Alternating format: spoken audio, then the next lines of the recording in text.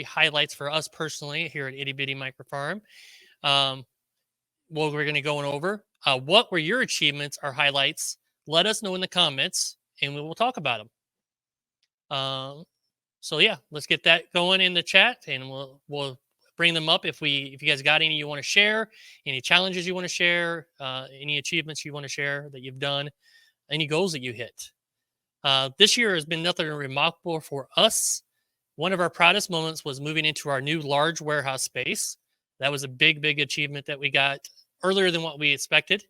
This expansion was a game changer, providing us the ability to accept pallet deliveries for seeds and soil, which reduces the cost, capacity to grow and meet our increasing demand for our microgreens, and the ability to speed up our process with automation. Another huge win was we're smashing our 23 sales goal. We more than doubled from 2022 sales well before the end of the year, which was a huge success for us as we try to double every year. On a personal note, I'm thrilled also to share that I'm officially 100% cancer-free. This journey has been amidst challenges, resiliency, and deeply grateful for the support and love from all of you and everybody. We appreciate that.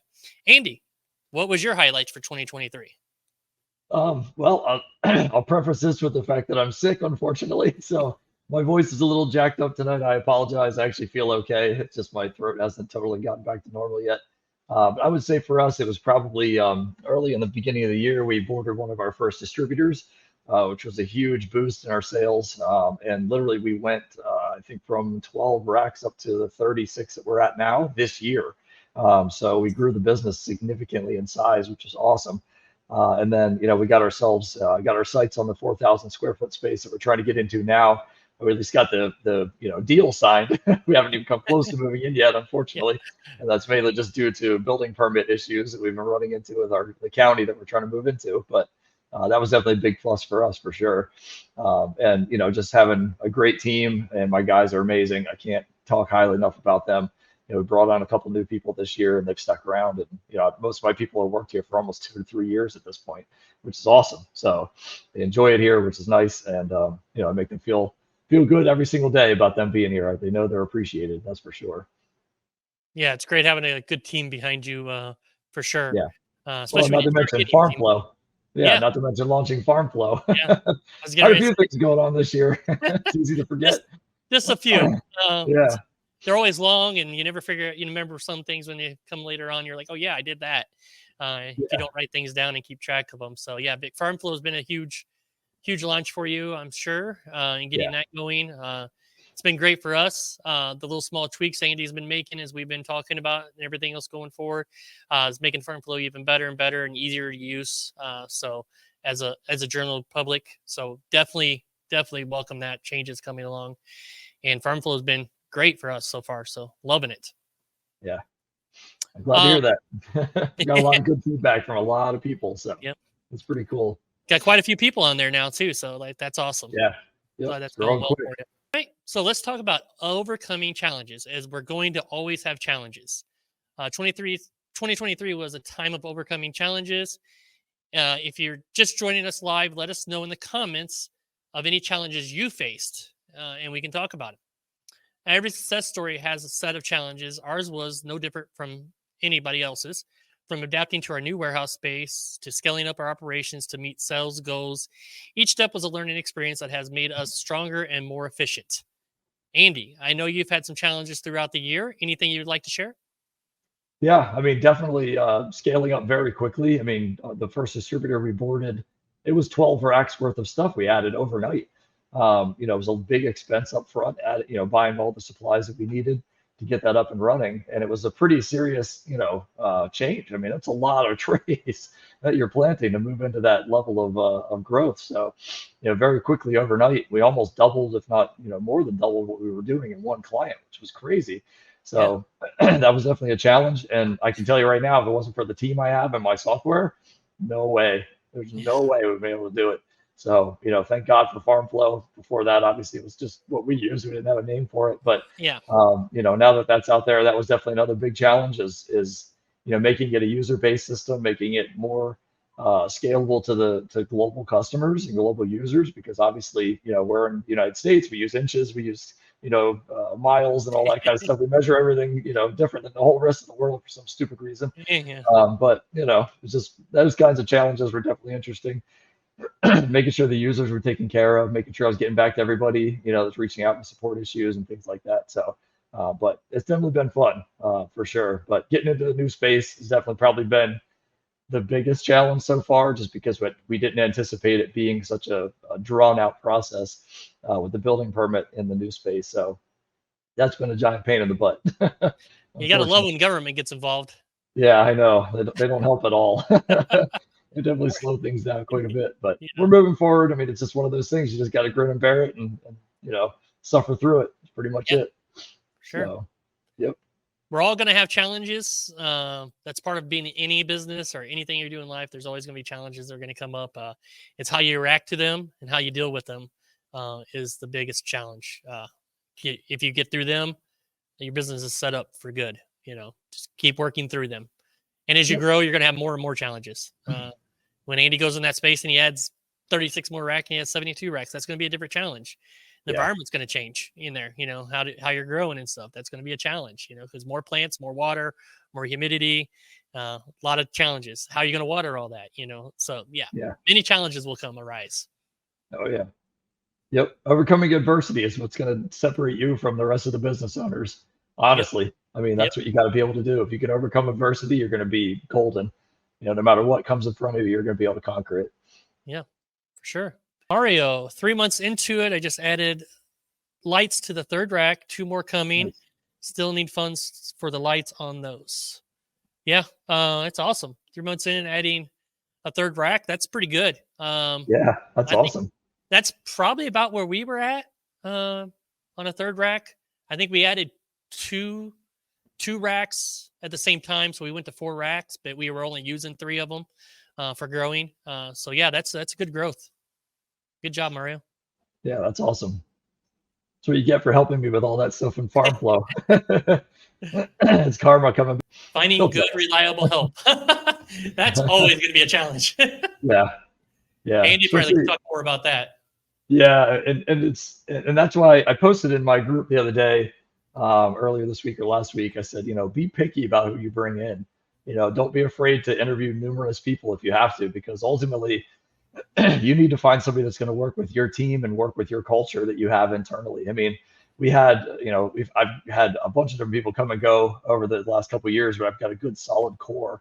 And the people that did come and go, they either weren't getting enough hours, which I totally get, because we didn't really need that much, extra people, or all they were doing is dishwashing and they didn't want to do that anymore, which I totally get too. For the most part, we try and bring in people that are going to work with our team, not just somebody who can come in and do the job.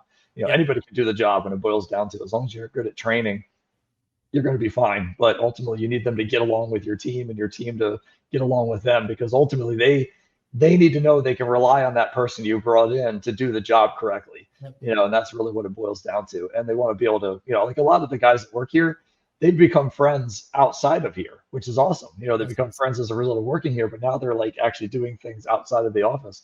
Which is neat. So that way, they're developing that friendship even further. It's going to make them want to work together even more.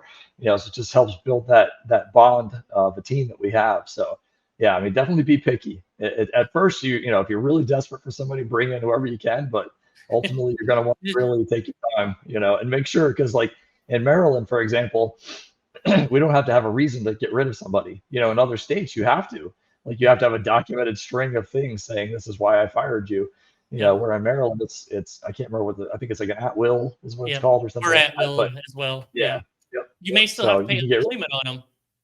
You can get rid of them without any consequences. So, I mean, if you don't want to pay unemployment, there's ways of doing it without having to do that still. But that's a whole separate, long conversation we could have about that. But my biggest suggestion when you're hiring somebody, hire slow, fire fast.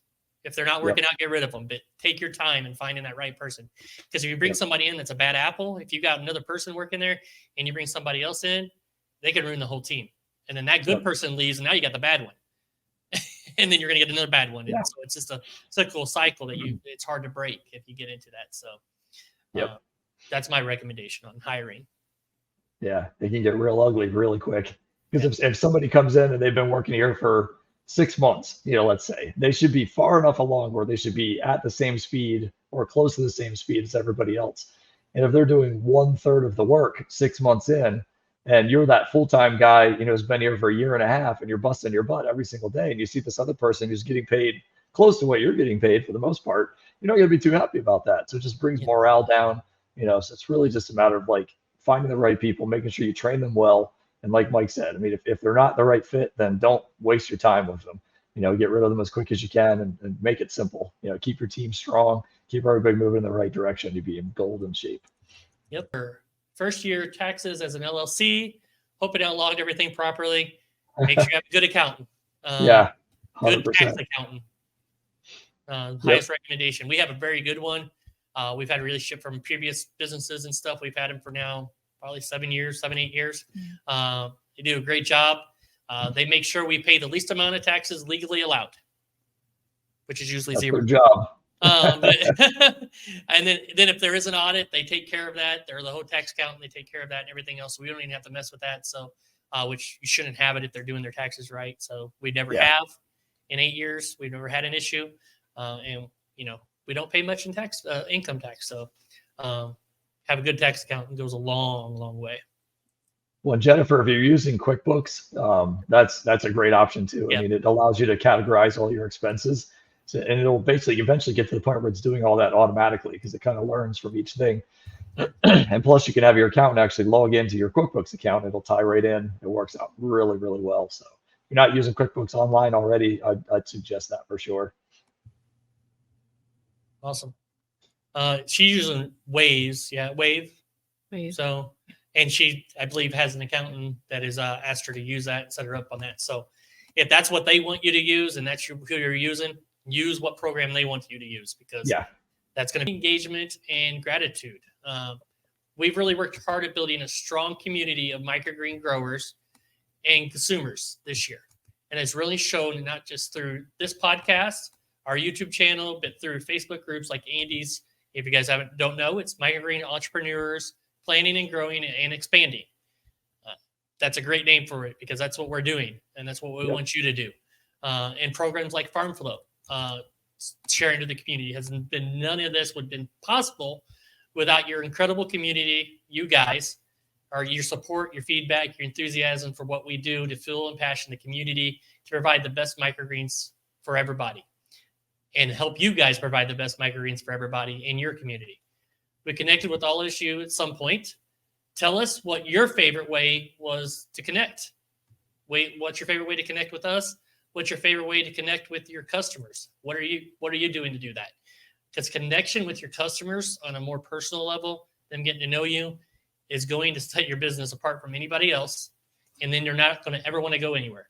Our chefs will not even look at another microgreen grower because we have a great personal relationship with them and we take care of them. Like they ran out this weekend. They said, hey, on Friday night, can you get us more microgreens? The big weekend for them, New Year's Eve celebrations and everything else. Like, yeah, sure. I think it was almost double the order. It was basically the order we sent to them on Tuesday. They got again on Saturday, so they could get through Saturday and Sunday for the celebrations that they're having. Yeah, sure. We'll take it over there. It's not far from here. And that helps build a relationship. They know you're going to take care of them. So how do you connect with people? Andy, how do you do that? Yeah, so we're in the same boat a lot of times. I mean, most of our chefs, I can't even tell you, we've talked about this so many times on here too. Yeah. They'll come to me and they're like, oh, you're not going to believe this. I had another microgreen guy approach me and they just kind of got laughed out the door, and it's unfortunate because they're trying, but ultimately, we've established such a great relationship. They'd have no reason to leave us, and that's the beauty of it. And that's just part of that is just you going out of your way customer service wise. Like Mike said, they called up and they said, oh my gosh, I ran out. Okay, no problem. I got you taken care of. And you run stuff over to them right away, or as soon as you can anyway. We have a lot of chefs. We definitely have some chefs that are kind of like one time, every once in a while, they'll come out of the blue and say, hey, I need whatever. And, I'll tell them, hey, it's a whole lot easier if I grow it for you ahead of time. But ultimately, I'm just going to give you what I have. And they're fine with that. And ultimately, they'll take what I've got and I'll send them a whole list, just say, hey, here's what I've got in stock. What can we bring to you? No problem. And then they'll be like, oh, well, where can I come pick it up? I'm like, no, don't worry about it. We'll come bring it right to you. It's free delivery. We do free delivery for all of our restaurant customers. Yep. And that way it's a no-brainer. Like Josh said on here not too long ago when he was on as a guest, don't give them any reasons to say no. Is what it boils down to. And that's one of those things. If you say, oh, it's gonna, you have to come pick it up, or it's gonna charge you, I'm gonna make you pay to come get it, or make pay for me to bring it to you. It's just one more reason for them to say no. So the idea is that they're buying enough to where it's easily going to make up your delivery costs, which is just your gas ultimately. So it's not terrible, but yeah, that's the main thing. It's just, and plus, like, whenever we have an opportunity to showcase them, on social media, if they're sharing pictures of their food with our stuff on it, we always make sure we share it. If they're putting out like their New Year's menus, we share that. Any specials they've got, we share that. Right on our personal page and on our Microgreens business page as well. So, it's the idea is just you're showing them that you care. And then, some of the restaurants we actually attend on a regular basis, buy food from. At this point, we're probably just, trading Microgreens for food ultimately. But, we don't do that with many of them, but we do that with some of them. So, it just makes a big difference. They see that you care, they see that you're going to be there, and you're going to get them what they need when they need it. And that's really the important piece of it. It's customer service, man, all day long, especially with chefs. Yeah, 100%. That personal relationship you build with them can go a long way. Never charge them for delivery. Nope. Yeah. That's all made within the route and everything else. We actually don't charge delivery for anybody. We have grocery stores, obviously, you're not going to charge them for it. At restaurants, you're not going to charge for it. And then any home deliveries are within that area, so you just don't charge them because you're basically every home delivery we have, we're basically driving by the place anyway because it's within the grocery stores and the restaurants. So why charge them? Drop them off and give them good quality products and everything else. And then if you get enough, just a few home delivery customers, they're basically paying for your gas then. That you're going to other places. So it's just all bakes into that and everything else. So definitely taking care of people is the way to do this. So any thing to bring up, Jess? Yeah. All right. Isaac, welcome. Thank you for being here. Since I'm new to this, testing new varieties, I give my current customers samples of varieties that I'm testing out with their orders. They love it. Yeah, that's a good way to do it. Yeah. What else you can do with it? You're going to get them yourself. You can only eat so much. Give them out. Yeah. Yep. That's the best way to get started. Before, right? Oh yeah, yeah. I mean, when we first started, we were doing it in front of our house, and it was during COVID, so we couldn't set up anywhere. Yeah. And we gave away tons of samples every week. I mean, because we advertised it on Facebook, that we were going to be out, and at our farmers market, but it was just us and some live trays. We did all live harvesting, which made it really easy to give out samples. You would just live harvest a sample, drop it right in their hands, they're good to go. But ultimately, if you can get them in their mouth, that's 90% of your battle, is getting them to actually try them. Once they try them, they're going to realize how good they taste, and they're going to almost all the time they're going to purchase. So that's the hard part. That's why samples are key, 100%. Yeah, we got a big sampling event. The grocery store is one of the big groups that we deal with. They're doing a whole food fair, health food kind of thing on January 6th, which is good timing because everybody starts eating healthy after the first of the year. So we're going out there and sampling. Unfortunately, there was multiple ones in the locations wanting us to be there. We could only pick one. So it was the first one who asked. That's the one we're going to. But yeah, that should be great for us. And then that's the biggest, and we're going to the one that sells the most too. So they can even sell more, hopefully. Nice. So wish we could go to more in that day, but there's only two of us and only one of us drive. So it's difficult to get to multiple places. So, but yeah, Jennifer, I really enjoy these live calls. Awesome. I have two other groups that I join weekly. It can be done from anywhere, which is why it's good for my schedule. Yes. Watch us anywhere, from anywhere, from all over the world. So it's awesome. Well, it's nice having the recording available too on YouTube. I mean, obviously it's ideal that you're here. You get to ask questions. We get to answer those questions. But if you can't make it, then at least you can watch the recording. Exactly. And growing microgreens. Welcome, Josh. Connecting to growers for me is simple as it just shows showing the process. Enjoy watching others succeed. That's one of my biggest things. I love watching other microgreen growers succeed in their businesses. That's why we do this. I know that's why I want to do this. I'm pretty sure that's why Andy wanted to do this. We've talked about this in the past. We want to see everybody succeed because it only brings up the whole industry. If everybody's doing everything right, it makes us all look good. People start doing things wrong, it makes us all look bad. So one bad apple, like we talked about earlier. That's all it takes. All it takes. Detroit Mike. Hey, Detroit Mike, just to let you know, Mark beat you in comments today. He was the first one here. So congratulations, Mark. You beat Detroit Mike. He's usually first on commenting on the podcast before we even go live. So, how did you guys meet and decide to get together for the podcast? Andy, you want to tell this story? So, obviously I'm in a lot of Facebook groups. Mike is as well, and Robert, who we had on originally. Not as many. All three of us were constantly in there, going through and actually helping people out in all the different groups. So I just initiated a chat and I sent a message to both of them and I said, hey, why aren't we doing something together? I mean, it's just stupid. We're all out here doing all this on our own. Why don't we come up with something to do together?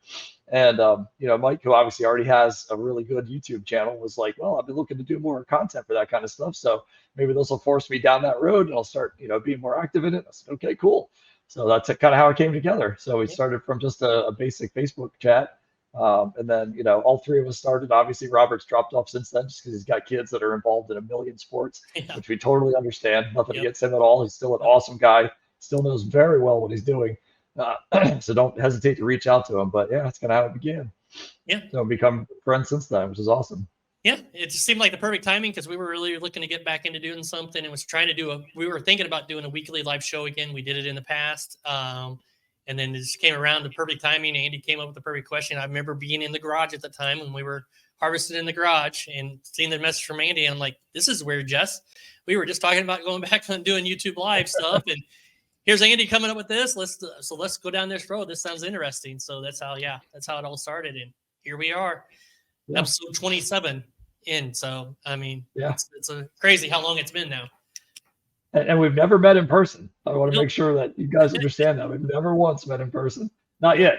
Not yet. Hopefully we're one of these days, but, it's just been fun getting to know everybody. And obviously, having experts as friends of yours is a huge plus as well. And that's why I tell people all the time, don't hesitate to friend request me, DM me, whatever. It's not a big deal. I get back to everybody. I may not be that day, but I'm going to do it. I always get back to everybody. It's just a matter how long it takes. It depends on what I'm in the middle of. Yeah, I try, and then sometimes that messages go to you don't see it unless you go open Messenger. Yeah, and you're like, that's 2 weeks ago. I'm sorry, I didn't mean not to do that. So, we definitely appreciate that. And Detroit Mike has gifted 1 membership. So, that's awesome. Thanks, man. Thanks, Detroit Mike. Wonder who's going to get that. So it looks like John Adams. John Adams grabbed it real quick. Yes. Nice. Well, as long as you, if you got your membership things turned on, that you accept memberships and you're active in chat, you're doing stuff, you're in here, you're liking the video, that YouTube just picks somebody randomly off of that. So next episode, we will every month, first episode of the month, we will be giving away 5 memberships that are free to the YouTube. So every month we'll be giving away 5 free memberships. So make sure you're here on the first one of every month. So you'll get the memberships. And welcome, John. Yeah, Detroit Mike, that was very nice of you, man. Very cool. Generous. I think he's trying to win back points by, missing his time. Yeah, you'll have to come back harder next week. See who's first. Right. We usually get this stuff out on Friday. You can comment anytime after that. Usually. No guarantees, guys. No guarantees. I said usually. That's a me thing. All right. So that has been our 2023 look at. Looking back at what 2023 was like for us and discussing stuff with you guys. So let's look ahead to 2024. This is where we're at now. This is the last day of the year. So looking ahead for us, our goals for the upcoming year, what are they? We're setting our goals and sights even higher this year. Our goal is to double our revenue once again. First year, we were around 50,000. We went to just over 100,000. This year, we want to be 200,000 in revenue. By adding 24 more grocery stores, this will do it in our network. And that's a manageable pace of only adding 2 a month. So adding 2 grocery stores a month should not be a problem. Should be pretty easy to get. The expansion will not only help us reach more microgreen growers, enthusiasts, but also strengthen our position as a leader in sustainable health food options. We also added edible flowers, lettuce, product offerings. These product offerings will also target other people, but also more restaurants, more catering customers, and stuff like that to help us do our business. So, Andy, what is your goals, and what are you looking for 2024? Yeah, at this point, I'm just hoping we can move into our new space by the end of 2024. No, I mean, obviously, we're hoping by the end of the first quarter to be in the new space if all goes well. I mean, honestly, I wanted to be moved in like 2 months ago, but unfortunately, the county is not exactly moving at the pace I would like. So coming the first business day of January, I'm going to be calling them every single day to find out what's going on.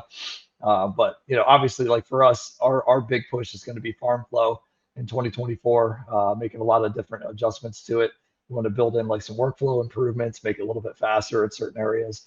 We're going to upgrade the server that it's on, things like that, just to help the whole process be better.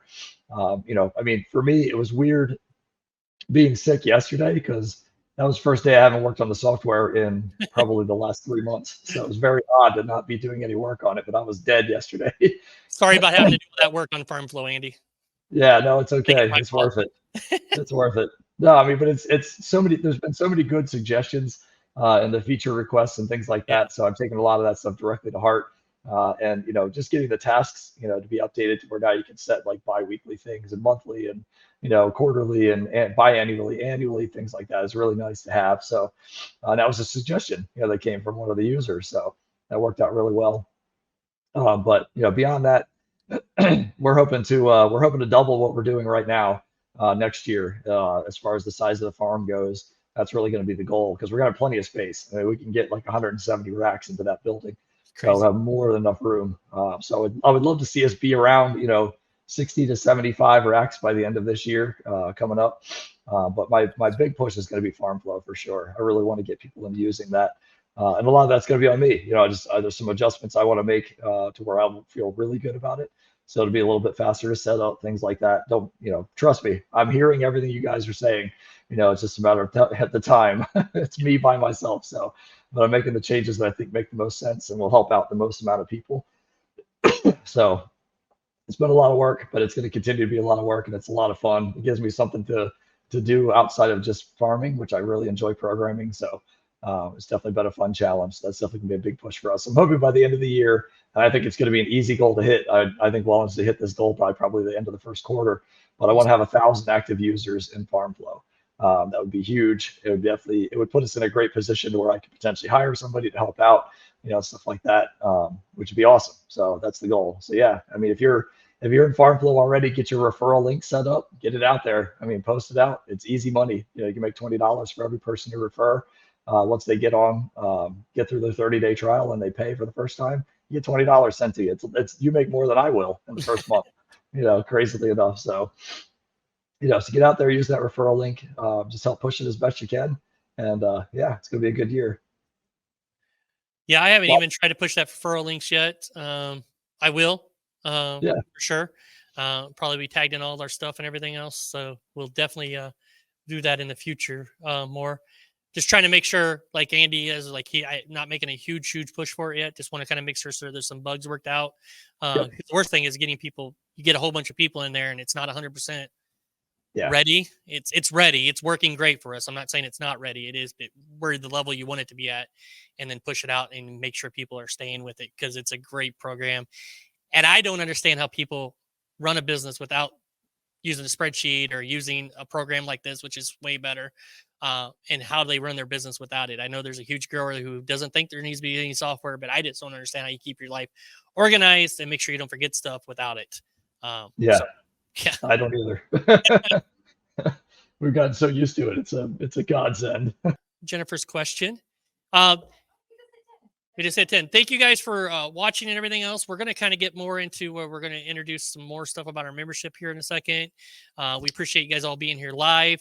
Answer Jennifer's question. We'll do a giveaway here. And then we're going to talk about our new YouTube membership stuff as Mike just gave one away. But we got some exciting stuff for our YouTube membership. This is for our YouTube. And we're going to be making things more accessible to you guys. And so we'll get into that in a minute. But Jennifer, did you start flowers from seed or did you buy plugs?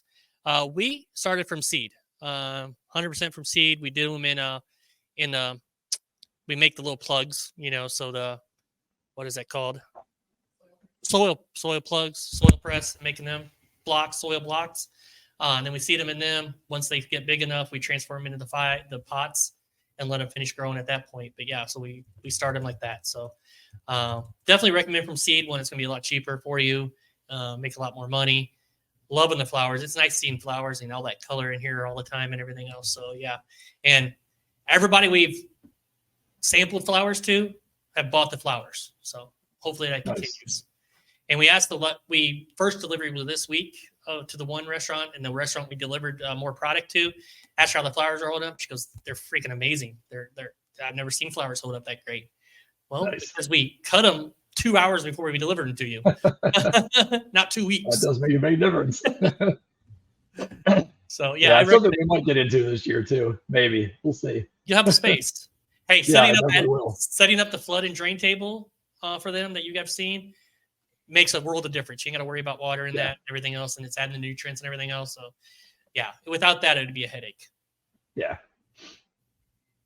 All right. Oh, thank you, Detroit Mike. Appreciate that. They did look awesome. I saw the picture you posted the other day. They were beautiful. Yeah, there's a lot of different ones in there. So, yeah.